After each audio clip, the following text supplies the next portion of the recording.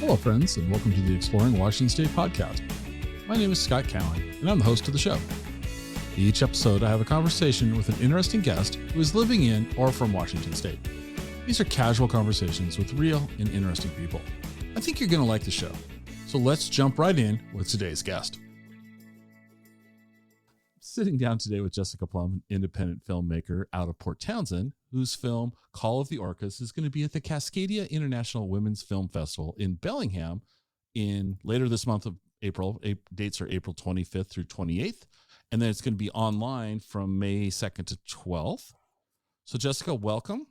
Thank you. I want you to kind of take over for me, but what's your backstory? How did you end up in Port Townsend?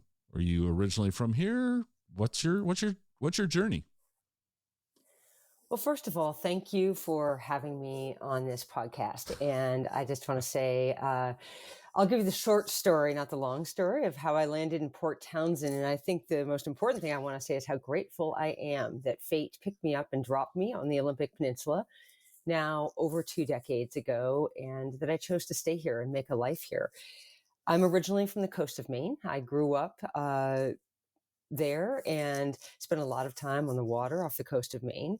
I then spent my 20s having a much more international life. And my work life took me from Boston to Beijing. And I did a number of different jobs teaching, writing, and editing overseas. And then a constellation of factors led me to have to leave Beijing quickly with a lot of other Americans. And I was evacuated to the Pacific Northwest, which gave me a chance to do a little exploring here. At the time, my partner was also considering a position here. I came out to Port Townsend and checked it out.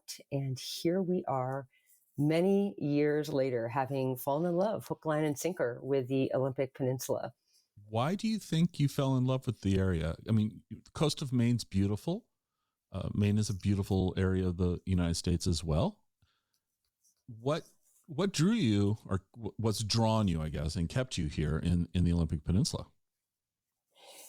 You know, I think it's really a combination of wonderful things about this place. First and foremost, I love the outdoors and have since I was young. And so it's a pretty rare place on the planet where you can spend your morning on the water and then go get up to a 6,000 foot peak in the afternoon and still make it home for dinner at a lovely restaurant. You know, the proximity of different places to recreate and to enjoy the outdoors was definitely a huge, huge draw for myself and my husband. And at the same time, here in Port Townsend, I found, to my absolute delight, a combination of cultural opportunities that also gave this place depth and breadth for me. And I'll just shout out a couple. The first place I worked when I landed in Port Townsend by accident was Centrum, which offers creative experiences for people from all over the world. And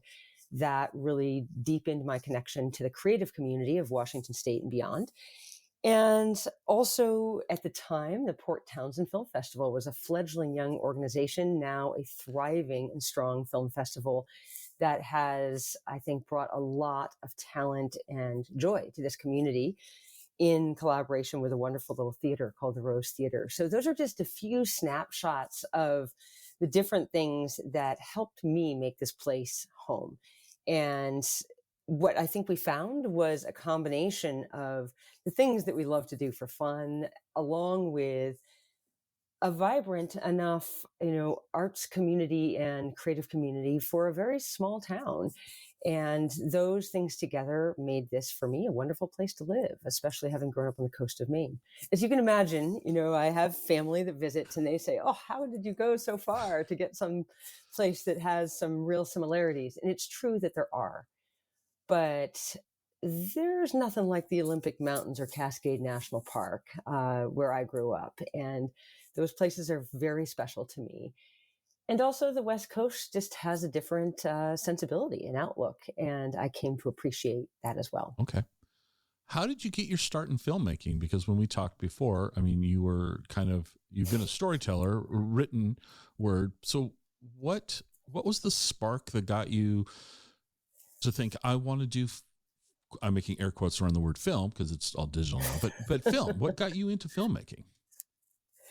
Well, to be totally honest, I took the most circuitous route possible to filmmaking. I am not a traditional filmmaker in any sense of the word. I do have a master's in fine arts, an MFA, but not specifically in film, in interdisciplinary art. And the way I got to filmmaking really came out of I would say, twin love of writing and photography, both things I had done my whole life. And to be quite honest, I grew up in a household where media was not a big part of our experience. I was one of those rare Americans who grew up without a television. I watched few movies when I was young. And so it actually took me a while as a young adult to realize that there was a medium that would bring many of my interests together creatively. And I found my way to filmmaking slowly as a result. Um, I will say that as I did, I discovered that what I love about filmmaking is that it challenges me on so many different levels. I, as a filmmaker now, am both a producer and director. And that means wearing a ton of different hats, not just like every year, but every day. Mm-hmm.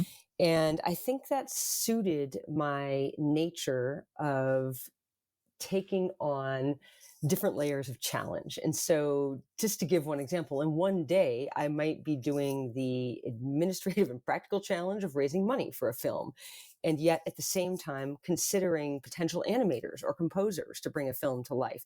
And at the same time, trying to write a treatment for my next project. And as a multidisciplinary person, which is what my degree is actually in, I found over time that film was a medium in which I could bring all of those different interests, challenges, and talents together. The how is a whole nother question. I would say in some ways, like many other filmmakers I know, I'm largely self-taught. I have learned through doing for about 20 years now. I started out like many of us do, working on short projects and doing short films for nonprofits and for other artists and clients. And that was what built my little business here in Port Townsend. And then I started to grow and try to figure out how I could take the questions that had always animated my creative life and explore them through film. That ultimately led me, well, first to do obviously some continuing education. To give one example, while I was working full-time at Centrum, I was taking my brief vacations and flying to New York and doing intensive film workshops at the New School. For a while, I commuted to Seattle to take evening workshops in documentary film or classes at a place that no longer exists in Seattle called 911 Media. I did all of that in my early years here in Washington State. And then at a point, I felt ready to take on what would be my first very large project. And it coincided with the time my daughter started kindergarten. And I took a dive into the very deep end of the pool and started to work on my first feature-length documentary, which is what I'm probably best known for around here, Return of the River, which covered the restoration of the Elwha River with a colleague, John Gussman. So I went from producing essentially shorts to all the way into producing and co-directing my first feature over the course of a couple of years of trying to do continuing education as well on the side. Okay. And that is not, let me just say that if you are an aspiring filmmaker, the pathway I took is definitely not the easiest pathway. If you want to go and make your first feature documentary film, doing so from the corner of the Olympic Peninsula as a mom with a young child is not the clearest path, but it is the path that I took. I have so many questions after that.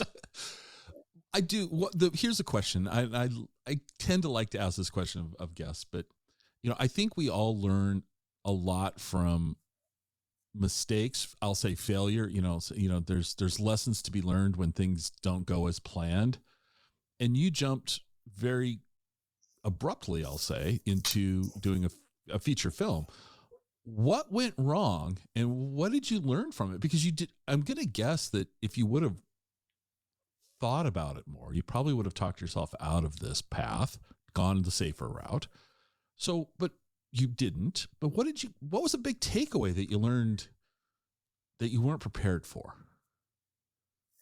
Well, first, I will say that for anyone, whether you are getting your start in LA or New York or on the Olympic Peninsula, that tackling one's first feature is a very large undertaking. And especially doing it as we did it, which was as an independently funded project, is an enormous challenge. This will sound, of course, like the most obvious answer, but the biggest takeaway is it's very, very hard to fund this kind of work. And the first feature that I did, that I'm very proud of, I'm very happy how it turned out, and it's had a long life. At the same time, the actual making was a process of just constantly trying to support each little step of the way. And the truth is that project, like so many first documentary films, was an absolute labor of love. And I was fortunate that both my colleague and I were willing to put that love into the project. And to be quite honest, we went through very, let's say, deep valleys along the way, where we were years into documenting the unfolding and extraordinary story happening in our backyard on the Elwha River, where we really didn't know how we were going to continue. And at that point, honestly, we're both fortunate to separately have spouses who really believed in us and the project as well, who had normal jobs. And in both cases, encouraged us not to give up and to see it through. I will say that was the first project where I learned, and I've continued to do this, that I was wearing far too many hats. And what that meant on the ground is that I would often pause some of my creative work to do some of the fundraising work, sometimes for, say, months at a time. And that is not a great way to keep your momentum up on a project, although we did. And I would say that when I finally had the opportunity to take our documentary film on the festival circuit, what I learned is that our experience was actually not atypical at all. And to be quite honest, I found myself fielding a question that horrified me more than once. And people would look at me kind of wonderingly and say, "Hey, you just finished your first feature documentary. Can I ask you, did you do that and without going bankrupt or getting divorced?" And I said, "Is that the bar I was supposed to jump?" Yes, we managed to finish our first feature documentary with neither one of us going bankrupt or getting divorced. So we cleared that bar. It is a very long process. It's typical for a first feature documentary and for many docs to take multiple years. The average time I've heard is about 4 years. We actually did it in less than that, about 3.5. Okay. But in terms of lessons learned, certainly I wish that we had been able to do more fundraising upfront, that we had a bigger and more robust team. I learned, like many have on the job, in the process, some of the very practical things that you have to do in terms of, creating a legal framework for your documentary, creating a marketing plan before you even finish. There are a lot of behind the scenes parts of filmmaking that no one ever sees. Mm-hmm. And as a producer, I was neck deep in all of those very practical questions all the time, and yet had my heart completely in the creative questions simultaneously. It is both the hardest and most satisfying project I've ever undertaken, with, of course, the exception of being a mom. Right? Okay. Being a parent is, it's, well, you already figured this out, but the job, I say that in the most satisfying side, and that course, job never ends either. I mean, right. sometimes right. I think people, the 18, the job's, no, it's at least in my experience, it's not over. Yeah. So you get to wear lots and lots of hats, and from the sounds of it, at times it's distracting, gets you out of flow. You want to be creative. You're in the middle of editing, and now you got to go, fundraise, or all of this. And so that's got, to me personally, I don't do well with that. I'm kind of like like a a train. I build up speed and keep going, and if I go off the tracks, I derail. So I'm always jealous of people who can do task shifting like that. So congratulations and kudos to you. But let's keep talking about the feature film. So because I think a lot of it's going to apply to Call of the Orcas too, in the sense of, so you get the film. I don't want to say it's ready, but it's getting to be, as you said, festival season, and you need to start. So how does one get their films in front of festivals? I mean, do they approach you? Do you approach them? Is it a combination? Oh, that is a subject that would be worthy of an entire separate hour-long podcast. Okay. And so I think I would be remiss if I thought I could summarize that for you in just a few short minutes. But I will say that as a first-time filmmaker, that is a very challenging process. Right. And like many things like many competitive processes where you want to believe that it is entirely merit-based, there is a merit component to it. And there's certainly also the challenge of just getting to know people and getting to be known. Right. And I was extraordinarily fortunate that our local regional festival ended up premiering Return of the River in September of 2014 as the opening night film for the Port Townsend Film Festival. Simultaneously, the film opened within days at 2 other festivals in California. Yeah. And that was a huge gift, but it was frankly a hard-won one. We, like many documentary films, found ourselves in an environment where we weren't the only people pursuing a kind of shared broader topic. And there were other films out on the festival circuit that had a much larger budget and more robust marketing team, you could say. Okay. And so I quickly learned that those things do matter. And that when you are making a film, you need to be thinking about the process after you're done early on. And I think many first-time filmmakers learn that process the hard way, that you feel like you've done this heroic thing, you've climbed the mountain, you've finished your film. And I'm going to quote another filmmaker actually at the Port Townsend Film Festival, who said, that's when you realize that actually the starting gun has just gone off. You finished and now you have to really start running. So I think a lot of what leads to success on the distribution side, and this includes festivals, is really learning to understand your core audience. I think all filmmakers want to believe, I've made this great work and everybody will be interested in it broadly. But the truth is almost every story has a core audience. And in our particular case, of course, we got a lot of traction with environmental film festivals. I joked early in our festival season that our festival circuit read a little bit like a Wallace Stegner novel, in that that particular film resonated well in smaller communities across the American West that were re-navigating their relationship with a natural resource.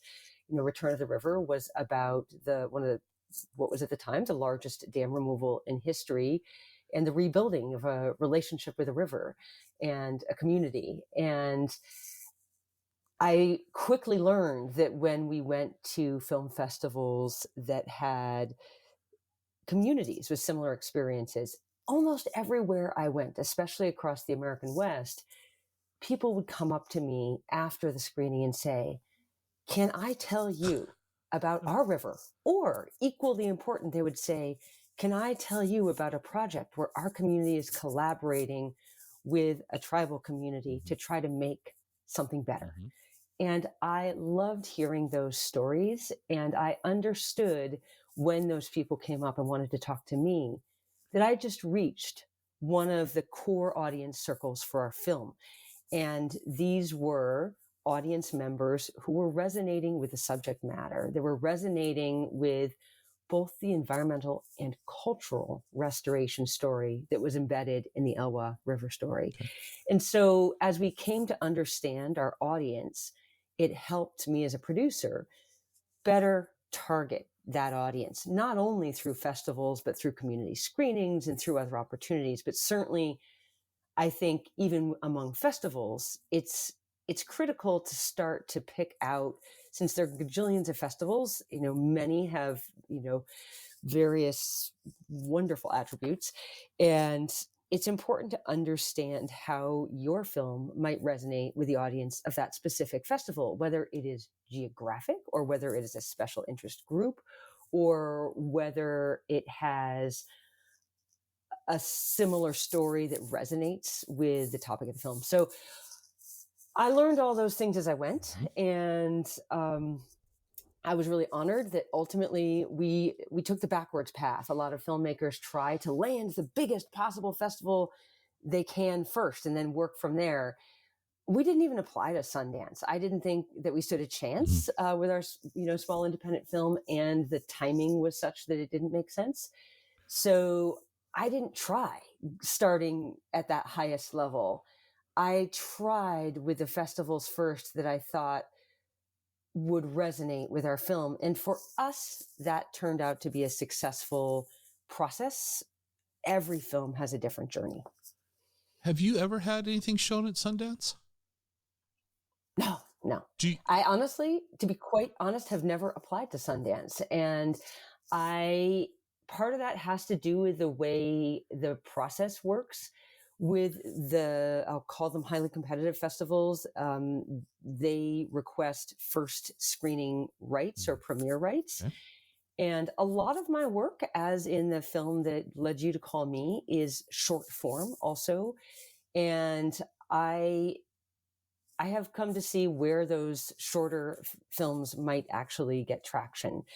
And so at the end of the day, my hope is that these films, the films that I've had the joy of making, will find audiences that resonate with the subjects of the film. And would it be amazing to have a film in Sundance someday? Sure, it would be incredible. But at the end of the day, that's not necessarily my core audience. Right. Okay. It's an incredible audience. Right. It's the elite film audience. But all of my films essentially have been grounded in the Pacific Northwest.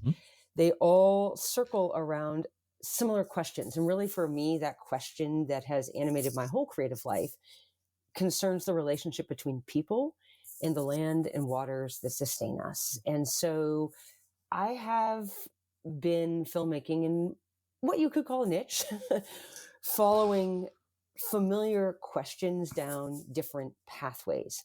And what I hope is that each one of those films then has some life that well transcends me or my exploration of that topic, that will help others that are exploring those questions, that will help move the story forward, whether it's on the restoration of rivers. And there's no question that Return of the River has played a role there. It's been around the world, and it was picked up by specific audiences. Like the Nature Conservancy ultimately bought the rights to show it at like 50 different places on a single day. Oh, wow. So, which was, for me, no, that's not Sundance, but it actually, for the purposes of this film, was exactly the type of opportunity I'd hoped for. And with Call of the Orcas, that's coming up at the Cascadia Film Festival, Call of the Orcas focuses very specifically on the plight-facing southern resident killer whales here in Puget Sound in the Salish Sea. And for me, what would be the best possible outcome of that film is that it helps to strengthen or serve the efforts around recovery of an endangered subspecies. And if it does that, then from my perspective, that film has done its work. So that's how I think of these films. Okay. And that's how I try to match them with appropriate audiences. How did you get started on Call of the Orcas? What was when we talked earlier, you said you said you were approached by an organization to be involved. Yes. Okay. So I should clarify that, I have continued since making Return of the River. a feature that was independent. I've continued to make my full-time living as an independent filmmaker. I don't have a day job. This is my day job. So the vast majority of films I make are commissioned or in some way supported by a client. And that's how I make my living. I also continue to do independent work where I fundraise independently to complete those projects. Mm-hmm. So this was a commissioned film by an organization called Original Pursuit. Original Pursuit is based in on the East Coast in New England, not here in the Northwest. It was founded by someone named Brian Rossborough, who is best known actually for founding an organization called Earthwatch. And Earthwatch, for many, many decades, and continues to do so today, he's retired from the organization, sends field scientists to projects, volunteers to support field scientists to projects around the world. And so the founder of Earthwatch was interested in trying to showcase some of these field scientists as change makers in the fields in which they'd worked for years. One of those change makers, in his experience, was someone who's very well known to the Pacific Northwest, and that was Ken Balcom, who passed away in 2022, late 2022, who was a founder of a critical organization here on San Juan Island that researched and continues to research southern resident killer whales. And so I was contacted by Original Pursuit about this specific undertaking by Ken Balcom around Orca survey, which over the course of close to 50 years tracked the numbers of individual southern resident killer whales here in Puget Sound. And sadly, at the time that I was asked to consider making a film, Ken himself was very unwell, and he passed away soon thereafter. And I ultimately had the very big honor, from my perspective, of what would be a final interview with Ken Balcom before he died in late 2022. That interview was audio only. It was not on film, and I did that out of respect. At the time, he was in a hospice situation. And so we spent a very memorable and kind of magical afternoon together. And I almost couldn't make this up, at a home on the banks of the Elwha River. Oh, wow. And that's because, yes, and that is because he had, with his organization, purchased a ranch on the Elwha River, Big Salmon Ranch, still there, still known, and done so because of the relationship between salmon and southern resident killer whales. And that's where he spent his final weeks and months and days. So we had this very memorable, wide-ranging, and inspiring interview that I recorded. And then I went back to Original Pursuit and said, I'm really sorry to be the bearer of this news, but we have this audio interview, and I'm sorry to say I think we're going to lose Ken very soon. And that is what happened. And then we spoke about a different way to approach this story. And what I proposed was to reveal the story of this work around southern resident killer whales by bringing in a wider circle of voices, as well as archival footage that was available, to talk about this legacy of study of southern resident killer whales here in our region, in Puget Sound, and how it absolutely transformed the way the public understood orcas among us. And the result is the film that is coming to the Cascadia Film Festival soon. It played in Washington, D.C. just this past weekend, and also at Friday Harbor, ground zero for the story late last year. And that is how that particular film was born. Okay. And I was very grateful that Original Pursuit fundraised to make a short film possible. When they gave you the parameters of the assignment, did they tell you like it needs to be between 10 and 19 minutes, or what defines the length? How do you is it what the film ends up being is what it ends up being, or do you have to try to get it within some guidelines? Length is a really great question. And I think it's a critical one for all of us who are making films, because at the end of the day, we are working in a time-based medium. We are asking you, our audience, to give us your time, whether it's for 5 minutes or 90 minutes. From the producer end, making a film, length is determined by a combination of factors. And a really obvious one is budget, but another huge factor is really the nature of the topic. And when this film is an interesting example around that decision about length. When I was first approached by Original Pursuit, their vision was to do 10-minute films featuring individual change makers. And as I've just described, this film very quickly changed in terms of its kind of process and story to include a wider range of voices. And we agreed that 10 minutes was too short, but we didn't have a budget to get up to 20. So I ended up making a film that landed at 18 minutes. And it was full of wonderful people. And then we also revisited that idea of a 10-minute version, and we revisited it because of specific kind of opportunities that required a shorter piece. And so I ultimately did create a 10-minute version of the film as well. And a lot of that has to do with where are the places you can share your film, and is length a factor in those opportunities. And so we felt that it would help also for the future of this organization to have a 10-minute film, since they had originally envisioned shorter pieces. And yet, for the purpose of this story, we all agreed that an 18-minute version was more true or more representative of the range of voices that we ultimately featured. Now, I'm not going to be able to be very articulate here, but I've watched both the 10-minute and the 18-minute.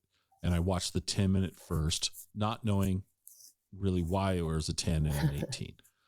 So I watched the 10, and then you and I had our conversation on the phone. And then I watched the 18, and now we're speaking again. I can't imagine how challenging it must have been for you to take 40% of the content of the film and leave it on the quote unquote cutting room floor. I enjoyed both of them. But the 18-minute one moved me emotionally. I'm almost embarrassed to say how much it moved me emotionally. Very powerful, very different feeling from the 10. So I can't imagine how I was watching it. And then after I was done, I was pondering, like, I don't know that I could have, if it was my work, sat down and said, okay, I know I need a 10-minute version. I don't know that I could have cut 8 minutes out. I don't know. Kudos to you to do that. That's the thing I've been hooked on since I watched the full version. Is I warned you about rabbit holes, right? That, we're gonna go, and this is one of them. It's like I've been fixated on the process that you must have had to undertake to strategically edit what was a very tight 18. There wasn't a lot, and there's not a lot of filler in this. It's not like there's these long dialogues that we can shorten up. You really had to surgically edit. What was that like for you? I think surgical is an apt description. First, I should say that I'm kind of a rare filmmaker or film director in that I am the primary editor on most of my films. And I also do edit as part of my business. So the editing process is one in which I feel a lot of confidence. And it's the process of filmmaking. I won't say it's the process that I necessarily most enjoy. It's a ton of hard work in front of a computer, but it is certainly the one where I personally feel like I bring the most creative depth. And I think the reason for that is that I really came to filmmaking from writing. Mm-hmm. And I approach editing a film in part through skills that I learned editing writing. And as you've seen from both of cuts of that film, I don't use a narrator when I don't have to. I use the voices, or I feature the voices of the people who I think are the experts in this story to tell the story. And I try to weave them together as a chorus. And I would say if I have a specialty as a filmmaker, that really is my specialty. And it was the strength of Return of the River as a feature as well. It was a film that was told by a chorus of voices. And so in terms of process, for me, all filmmaking does actually literally begin on paper or, in a Word doc, where I am reviewing transcripts from what I see as the key interviews that kind of drive the narrative forward. You don't necessarily see a lot of that on screen because I actually don't want our viewers to watch primarily talking heads. But what you hear is often a kind of carefully crafted narrative that I have pulled together out of a collection of interviews. Now, your question was, how did I go from 18 minutes to 10 minutes? I am going to acknowledge that that is a painful thing to do. And that I went back, the way I started was I went back to my paper cut or on a Word document cut first. Mm-hmm. Because in a way that helps me to take a step back, have a little bit more distance from what's visually on screen, and try to craft a story that's appropriate to 10 minutes with the content that I have. One of the things that I had to do, and I've had to do this with other projects, was to make a very hard choice to remove characters that I love. Mm-hmm. And that is a very common experience for documentary filmmakers. I think one of the things to know about documentary film is that, for better or worse, the vast majority of us who work in this medium overshoot or over-document. And every documentary film that I've made, short or long, ultimately has vast quantities of material that doesn't get shown mm-hmm. in the final cut. And that is just part of the process, because unlike a narrative where from the very first minute, the narrative filmmaker is trying to realize a vision that has been usually laid out on paper in a script and is trying to get as close as possible to that initial vision, we documentary filmmakers are always in essence in a process of discovery, right? Mm-hmm. And so each interview for me is part of that process of discovery as well. And I love that part of the process. I have to admit, I'm a researcher and an interviewer to the core. I really enjoy the invisible part of filmmaking, which the language for that would be pre-production. But what it really means is research and learning and discovery. So I'm very familiar with the underlying challenge, which is I have way too much material, whether it's to fill a 75-minute film, an 18-minute film, or a 10-minute film. This is kind of a problem that I face most days of my work life. With Call of the Orcas specifically, I was to come back to the audience question that we talked about earlier. When I'm doing a surgical cut like this, that is hard to do, the question I ask myself really concerns audience. And I knew that the 18-minute version would be more powerful, especially for viewers in the Pacific Northwest, especially for viewers who actually knew Ken Balcom, or for viewers who were immersed in the work of recovery of southern resident killer whales. And to be clear, Ken Balcom, in case I didn't mention earlier, was the founder of the Center for Whale Research, which continues to this day under new leadership on San Juan Island. The 18-minute cut was very much aimed at viewers who might have some connection to some part of this story. Mm-hmm. When I had to reduce the film to 10 minutes, I was imagining a viewer who's never thought about or heard of southern resident killer whales, who doesn't understand or know that there are different groups of orcas who may never have set foot in the Pacific Northwest, where we around Puget Sound have this very personal relationship to southern resident killer whales. And so I really was trying to simplify the narrative for a viewer who was starting at a place of no information at all. And one of the ways that I forced myself to simplify the story was to limit the number of characters in the shorter cut. I am not going to say that that's easy.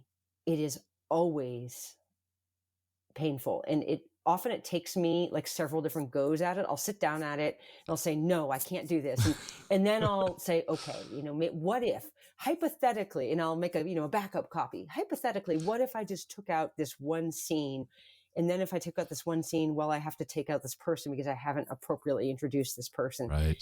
And so I'll do it like in piecemeal bits. And then I do this with all of my work. I step back and give it some time and come back at it. Mm-hmm.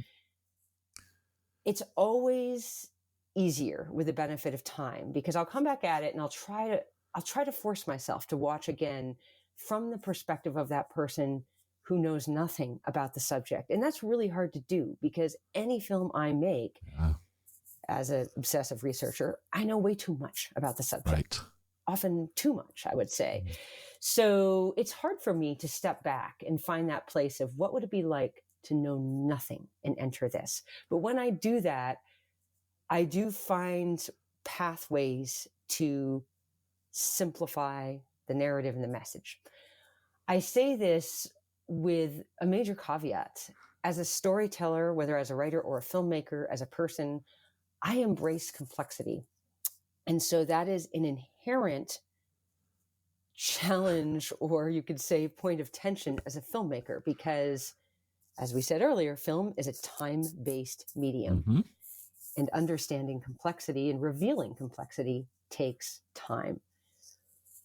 Those tensions, I think, are visible in some ways on screen in my films, because I have tried, especially as an environmental filmmaker, to avoid falling into the good, bad, right, wrong, binary, villain, hero narrative, because I feel strongly that in the age of the Anthropocene, we all, or all the voices we feature, kind of hold a place in the circle of these stories, and that solutions will emerge out of complexity as opposed to out of simple answers.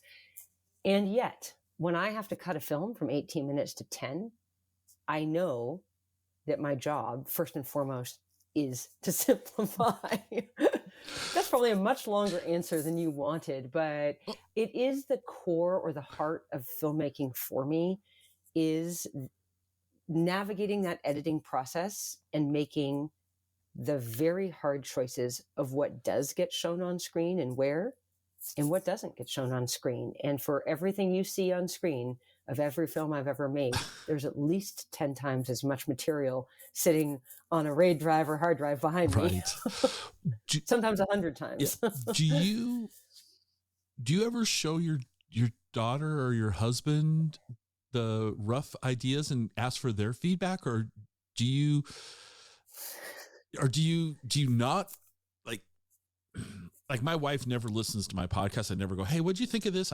If she listens to it, she's listening to it as, on Apple Podcasts or Spotify, and she hears what we produced. I don't ever go to her and say, hey, watch this. Tell me what you think. Not because I don't want her to, I just don't think about it. But in your case, where you're spending days, weeks, months editing and pruning hundreds of gigs of files down to an 18-minute or a 10-minute short. Yes. Do you ever ask your husband? Do you ever say, hey, can you come here and look at this? And does this make sense to you? Do you ever do that? Absolutely. I mean, okay. First and foremost, I have a huge shout out to my family, to both my daughter and my husband. As you're probably gathering from the description of the filmmaking process, when I'm making a film, I live and breathe that film, and I will do that either for a matter of months for a short or a matter of years for a feature.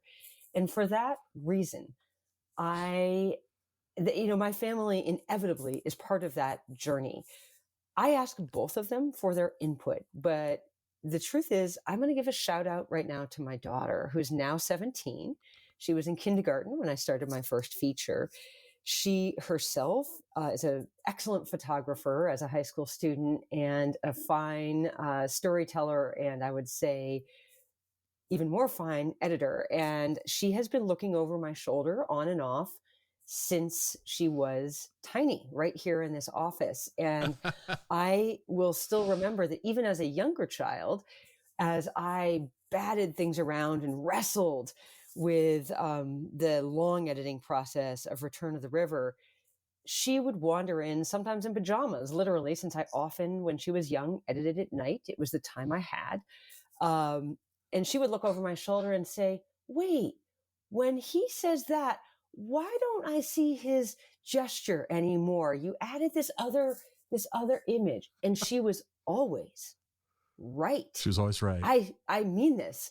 Her instincts were excellent, and they still are. And I have always showed rough cuts to my daughter and to my husband. But the truth is, he's a very busy guy. He works in the medical field, was on the front line during the pandemic. And so sometimes we didn't see him at all for extended periods of time. But both of them have had hugely valuable contributions to every project. And especially when, I asked this question of what's it like to be the first viewer, although they know the content better by virtue of, talking to me over the dinner table, they're the first people who ask good, hard questions. Wait, I didn't understand that. Or what did that person say again? If they don't get it, I know another viewer is not going to get it. So that is very helpful feedback. I will say, though, as part of the filmmaking process, whether you live and work alone or live and work with a big family, I also have a broader family of filmmakers with whom I routinely do share work in progress. And I think that's a vital part of the process for all filmmakers, because getting feedback after you've been in your own silo of working on a film is absolutely invaluable. And here I'm going to do a shout out both to my own community and to our wonderful festival here in Port Townsend, because they have taken under their wing a group that I helped to start with a colleague who was also the director of photography on Call of the Orcas, Gabe Van Lelyveld, here in Port Townsend. And we, during the pandemic, in part to help, counter the isolation, started gathering the few people we knew on the Olympic Peninsula, literally physically around a campfire outdoors for safety, to talk about our craft. We couldn't screen work in progress easily in that environment. So mostly we talked about our work there. As the pandemic eased, we spoke to our local film festival about that group, and they very kindly took it under their wing and really created a home for those kind of monthly gatherings. And it's grown into a much more robust and regional local filmmaker gathering, focused in part on the screening of works in progress. And I think and I share this specific story because I think wherever a person is making films, here I am on the Olympic Peninsula, we do have over 20 people in this group, and we do get together and give each other feedback. If we can do it here, a documentary filmmaker or filmmaker can do this really anywhere. Yeah. And I think it's a vital part of the filmmaking process to get feedback, because all of us grow attached to our subjects. And by that, I mean the characters in our films, the questions that underpin our films, the messages we want to share. We grow deeply attached. We wouldn't have the resilience and the patience to do this if we didn't. And I think that feedback process is just vital as we start to get to the stage of going from, living personally with a project to sharing it with the public. And I'm going to come back to Call of the Orcas. Call of the Orcas as a short film absolutely benefited from the feedback of that specific group. I can literally remember sharing a rough cut. It was not, I think probably not quite a year ago, when I was in the kind of struggle phase of, pulling together a rough cut. And in that particular case, each film has its challenges. The challenge of that is that I knew I had a short film on a modest budget, and yet I had all of these potential wonderful characters that all had a connection back to Ken Balcom's work. And I was wrestling with how I was going to pull that combination of voices and characters and themes together. I shared that rough cut with a group of probably a dozen people, mostly, but not all, filmmakers through our, local group here. And what emerged was a better film. And I thank them for that, Okay. all of them. So yeah, I share my work in progress all the time with my husband and my daughter, but I also share it with a wider circle before it ever sees a general audience. Okay. So the general audience, now we'll talk film festivals, and let's shift over to the Cascadia in Bellingham. So your film is going to be shown with some other shorts, I believe, on April 27th. And it's Hopes and Dreams Short Films Showcase 2. Now, I hope I'm not putting you on the spot, because I'm a little confused here by their website. It says Call of the Orcas, directed by Jessica Plumb, USA. Okay, all that's straightforward. But then there's an asterisk next to it. And I believe that means that, is there a director's Q&A to follow? Are you doing a Q&A with the audience? Yes. Phew, I got that right. I'm pretty sure that asterisk means that there's a filmmaker who's present. And I want to say, first and foremost, I am so proud to be part of the upcoming Cascadia Film Festival in Bellingham. The Cascadia Film Festival is really special. And, at this point, I'm grateful. At this point in my career, I've probably been to close to 50 film festivals and had films in others that I've never attended. Cascadia is one of a very small handful of film festivals that I know of that feature women in film from around the world. And so as a female filmmaker in a profession where we are still an overwhelming minority, no matter how you count, I'm not just talking about Hollywood and LA here, because obviously my work exists way outside of that circle, but even more broadly. I have been to many film festivals where, especially in the space where I work, where it's hard to find other female directors. Cascadia, from the moment you show up, is a world of incredible female directors. So one of the fun things about being in a collection of shorts is that you get to share the stage.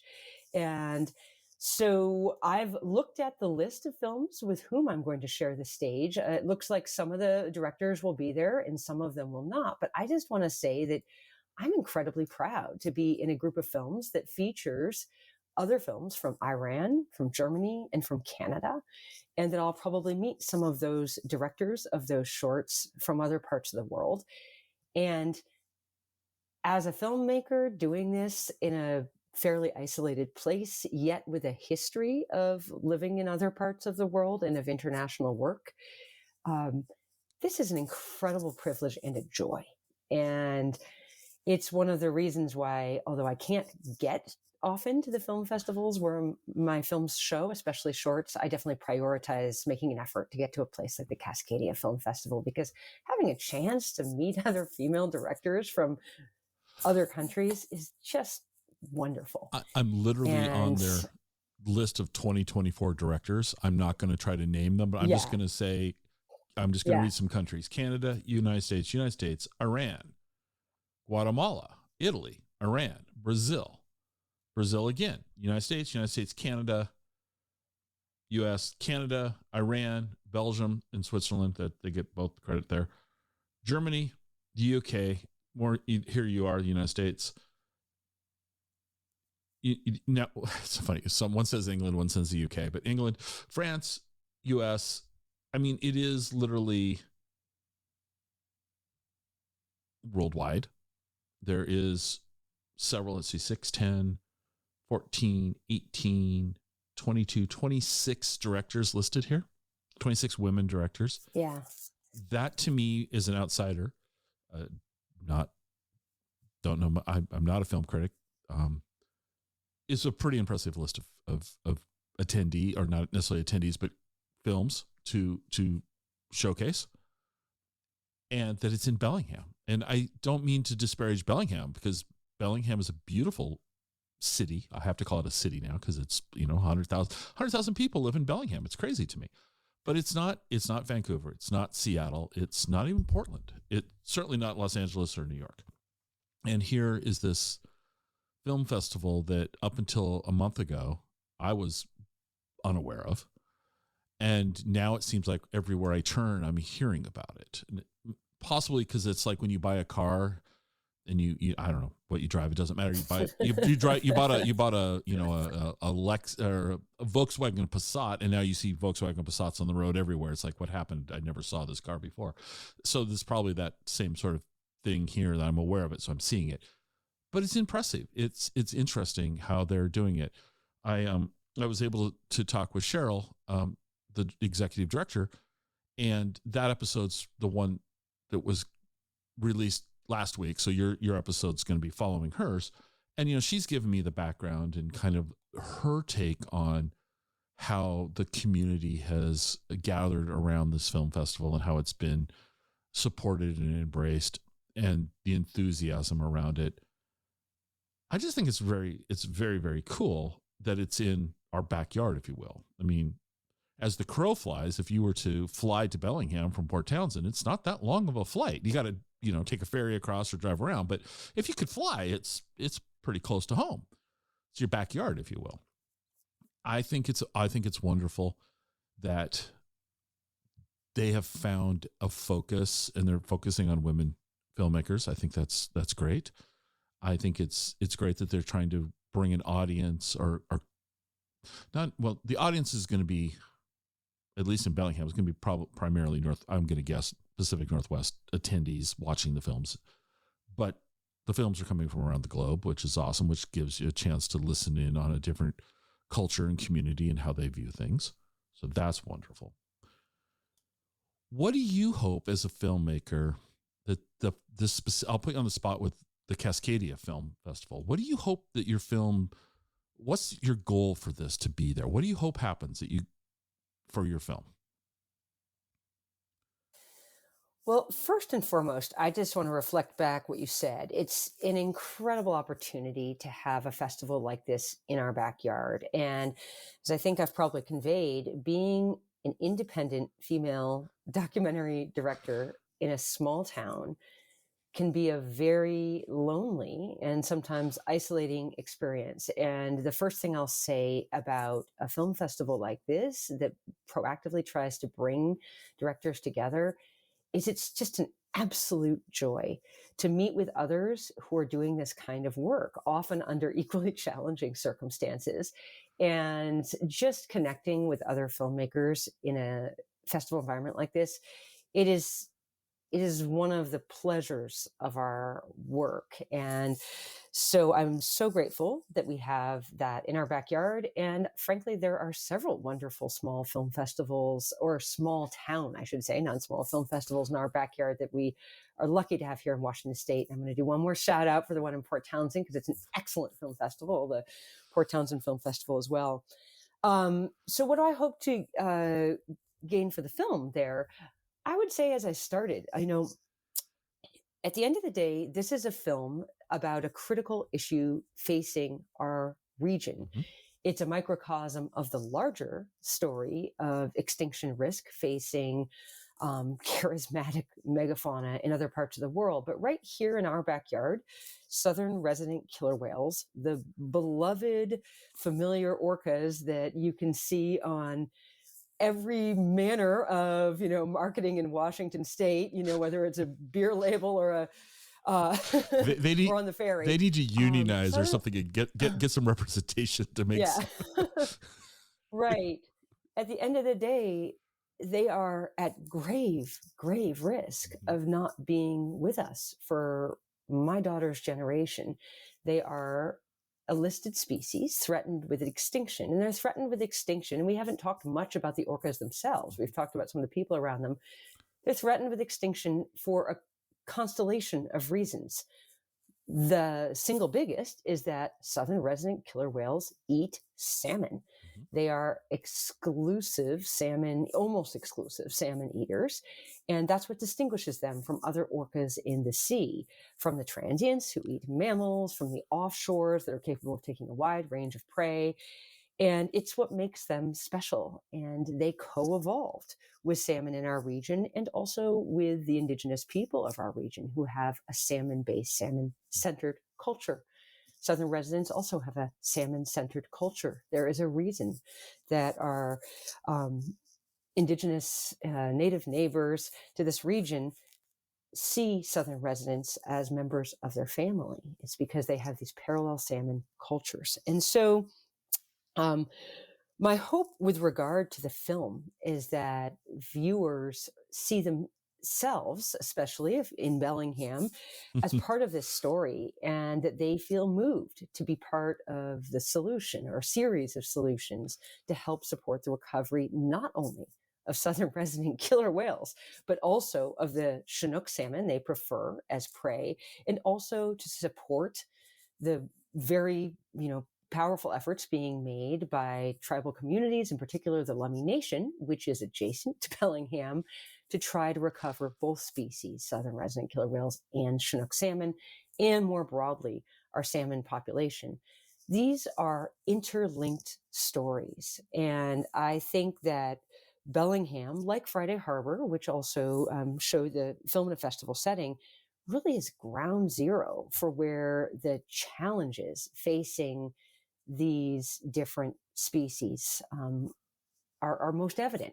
So from my perspective, aside from me as a filmmaker and the genuine joy I take out of meeting other female directors, the film has a role to play geographically. And I really hope that people resonate with the range of voices that are featured in Call of the Orcas, including Ellie Kinley, who's a well-respected elder of the Lummi Nation, and many scientists who work and live among us here in Western Washington.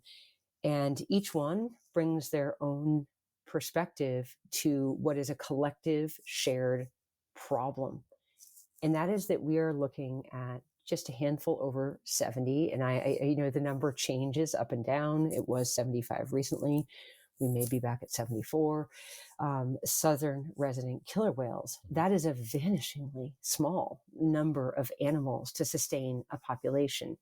And it's going to take all of us and our different ways of knowing and seeing and understanding a problem to turn that around. It's going to take the voices of the Lummi Nation. It's going to take the scientists working both in public institutions and in private organizations to help us collectively as a region solve this problem. And so ultimately, I think, Ken Balcomb's legacy to this region is that he made visible to all of us that the southern residents are whales that we can know individually by name, that they are members of families, that these families are matriarchal, led by their grandmothers. And during what now feels like a long ago era, but that is very much part of the history of our region, during the capture era in the 1960s and the 1970s, it ended in 1976, in part due to this collective work, that the young were taken from these families in Puget Sound, captured to be shown at seaquariums around the world. This scientific work led to the end of that era, thank goodness. And southern resident killer whales have been in recovery ever since. The threats they now face aren't capture. They're threats that involve all of us. And they are all three of them. I'm going to list them for you. First and foremost, the dwindling numbers of their prey, salmon with a focus on Chinook salmon. Second, the toxicants that concentrate in the blubber of an animal at the top of the food chain. And all of us who live in, urban urban or urbanized areas around Puget Sound are part of that story and can help to protect the waters of Puget Sound. And then finally, the question of underwater audio. Since whales live in an audio world, they hunt, they communicate, they stay together, they talk to each other, not through sight, but through audio. Pardon my cough. And that's now audio in your podcast. And as a result, the heavy amount of shipping traffic going to Seattle and Vancouver in particular is part of their audio soundscape, and that can impact their ability to function, to hunt, and to communicate with each other. So there have been efforts around that as well. So really there are three overlapping issues that the southern resident killer whales are contending with. I would say at the top of that is the goal to increase the number of their prey so that they aren't starving. And the way in which that hunger manifests also has to do with their reproductive success. They get pregnant as, by the way, there is a sequel, I will say, to Call the Orcas coming out over the coming months. I don't know exactly when that one will be available, but it takes up some of these issues and looks forward as opposed to back, which the initial film largely did. Anyway, I feel like when you ask, what does a film do at a festival? Mm-hmm. I just gave you a really long-winded answer. The short one-sentence answer is that I hope that people walk out of the film and they care. They care about the future of southern resident killer whales. They care about the salmon that they depend on, and they care about the efforts around our region to recover both in conjunction with the Lummi Nation and many other tribal communities that have been at the forefront of this effort. So that's what I hope. Okay. At the end of the day, that audience members care. That's a big goal. I mean, it's an important goal. Okay. Going to abruptly shift gears on you. You kind of answered one of my questions, but what's next? So is on your workflow is the follow-up, is that your next project that you're working on, or what's the future look like for you as far as filmmaking goes? I have a variety of things on my plate right now, and in the interest of brevity, I'm just going to touch on two. I am in early development on a potential feature project that it's too soon to discuss. Okay. But right now I am focused on the sequel to Call of the Orcas, which features a current leading scientist, Dr. Deborah Giles of Wild Orca, and and Jay Julius, who is a former chairman of the Lummi Nation, basically deepening into some of the topics I just raised about the film. How do you bring Indigenous perspectives and values and science together to help address the issues around recovery of salmon and orcas? So that film is at the kind of final editing stage right now, and I'm deep into that.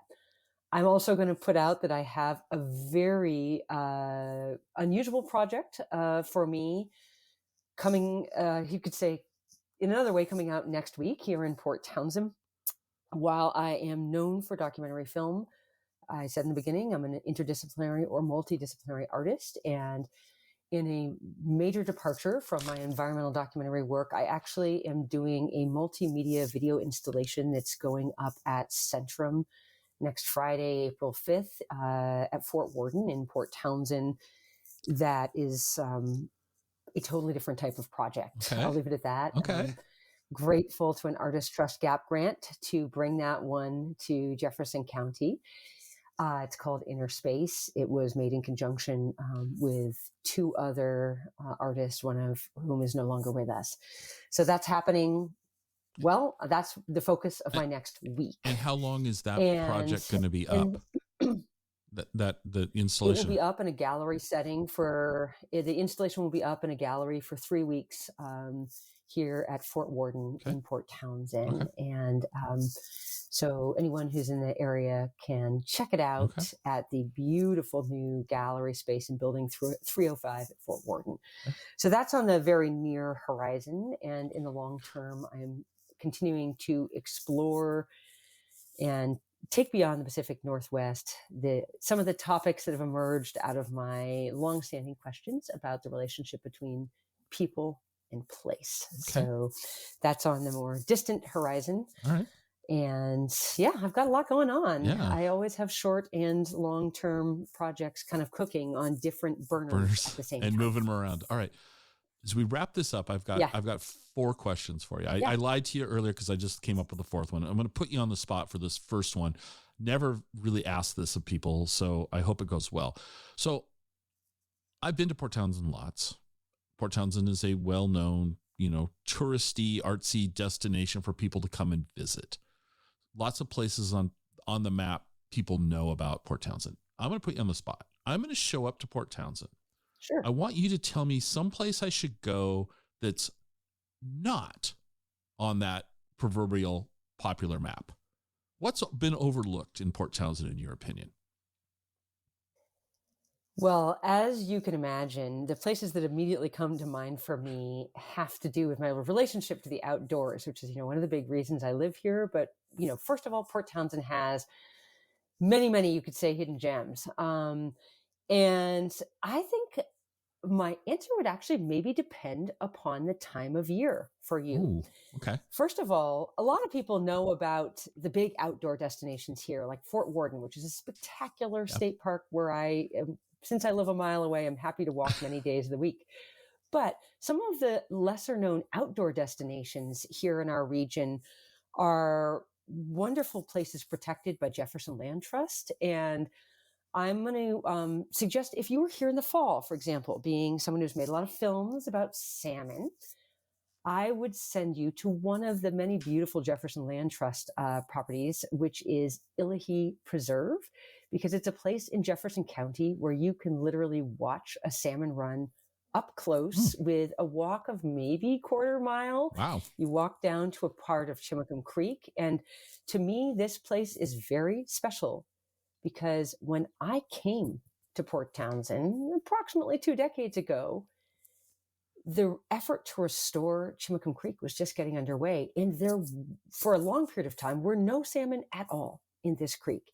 And now, if you're out here in the fall, you can, thanks to the Land Trust, thanks to the efforts of countless different organizations and volunteers, now go to a nature preserve where you can walk to the side of Chinook Creek and see robust salmon runs returning, which is really, really special. So that's what I would do if it were the fall. Okay.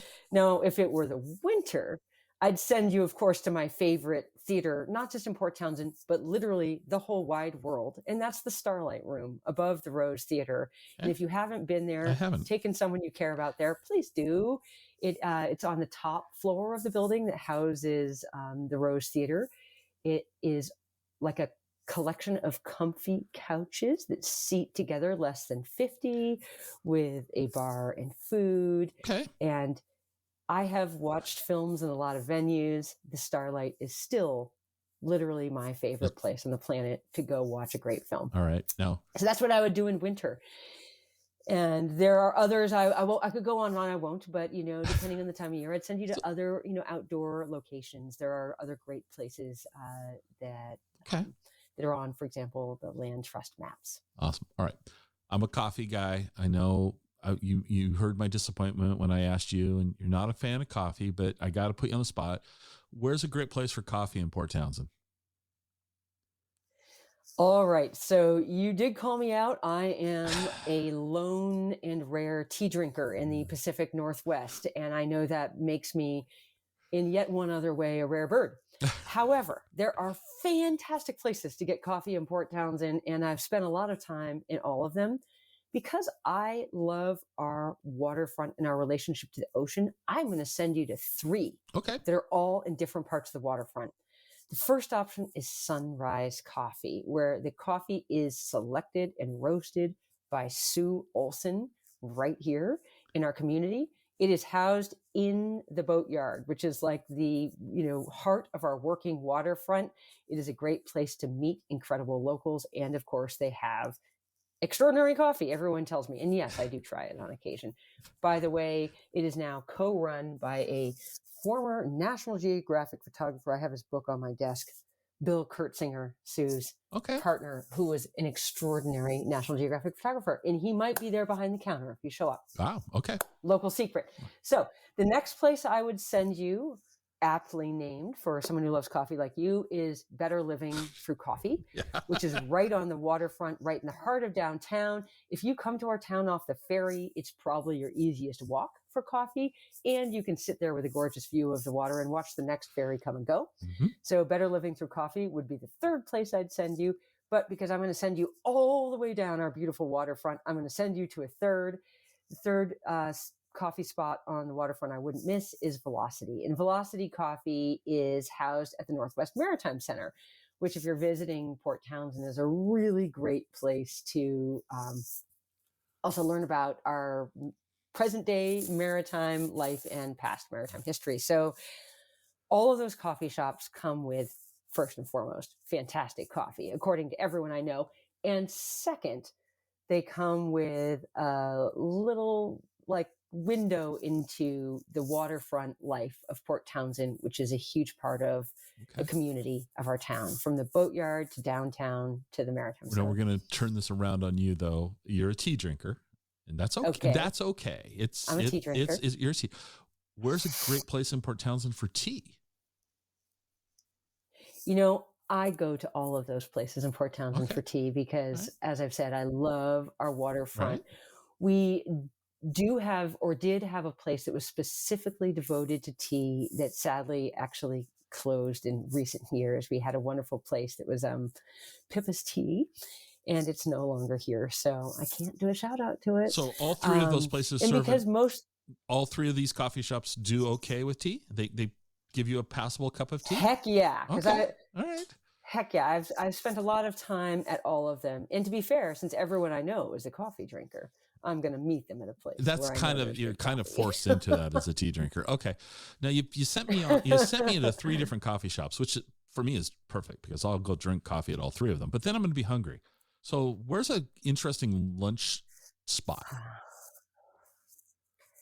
Well, I have to say, that's a really hard one to choose. Our town is blessed with eateries, and I'm happy to report that even after the pandemic, which was hard on our eateries, that many of them continue to survive and thrive. I am, however, going to send you to the place that helped bring me to Port Townsend. Okay. It's the first restaurant I ever ate at here before I even lived here. And it's still open and run by the same family, which is quite a record. Yeah. And that is the Silverwater Cafe. It is also on a corner right next to the Rose Theater and critically right underneath that other theater I told you about, the Starlight Room. Okay. So together, that is possibly my favorite corner in Port Townsend. The Silverwater serves great Pacific Northwest food of all kinds. Okay. And you can't go wrong. All right. My last question of you, which I warned you about, but here it is. You have to answer it, and you have to give me the reason why also, okay? Cake or pie? Actually, that one's really easy for me. Okay. I am a pie person. Okay. I'm a pie person because I grew up on the coast of Maine with an extended family who, for Thanksgiving, I would say amongst my aunts, pie baking was a bit of a competitive sport, you would say. It isn't for me. I still have cousins who are excellent pie makers. Happily, one of them relocated to the Seattle area. So I've got a pie maker in the family on our coast. And I love fresh fruit. And of course, pie is really a vehicle for good fruit, right? I grew up in a place where blueberries ruled the state. Right. How could I not love pie? So what's your go-to pie? What's the go-to? Oh, it would have to be strawberry rhubarb. I love rhubarb in every form. And it's also, as we all know, in the Northwest, if you grow a garden, it's one of the first things that actually you can eat out of your garden every year. And like to add something a little sweet with it. So really anything with a rhubarb pie, but strawberry rhubarb is probably my favorite. See, some people really struggle with that question, and others, and it's becoming more and more people are like you. They're just, nope, I'm firmly on board with camp pie or camp cake, and camp pie here. Camp pie. All right. As we wrap this up, where can people find out more about your film, about you? Where online can they go? I am pretty easy to find online at this point. My website is Plum Productions. That's plum like a plumb line, not like the fruit, despite our pie conversation. So plum with a B, productions with an S. And so you can see trailers or full films there for a lot of my work, both kind of community project work and a trailer for my feature and for other films we've discussed. And my feature films on Amazon Prime. I'm not trying to do a shout out to Amazon, but it is available there. And I am, I guess, just put my name in, Jessica Plumb. I'm easy to find. And we'll put a link. We'll put a link as to you said, the Cascadia Film. Yeah, we'll put a link. So the Cascadia Film Festival, you're Yeah, going to be the there. Cascadia Film Festival, since they list their directors, I would definitely, put a link to the Cascadia filmmaker directors, because I think it's a terrific group. I'd love to have them all linked in. So yeah, I'm easy to find online. I have to spend a certain percentage of my life there, although I admit I'm not a big social media person. I was going to just ask, you're just, social media is not your,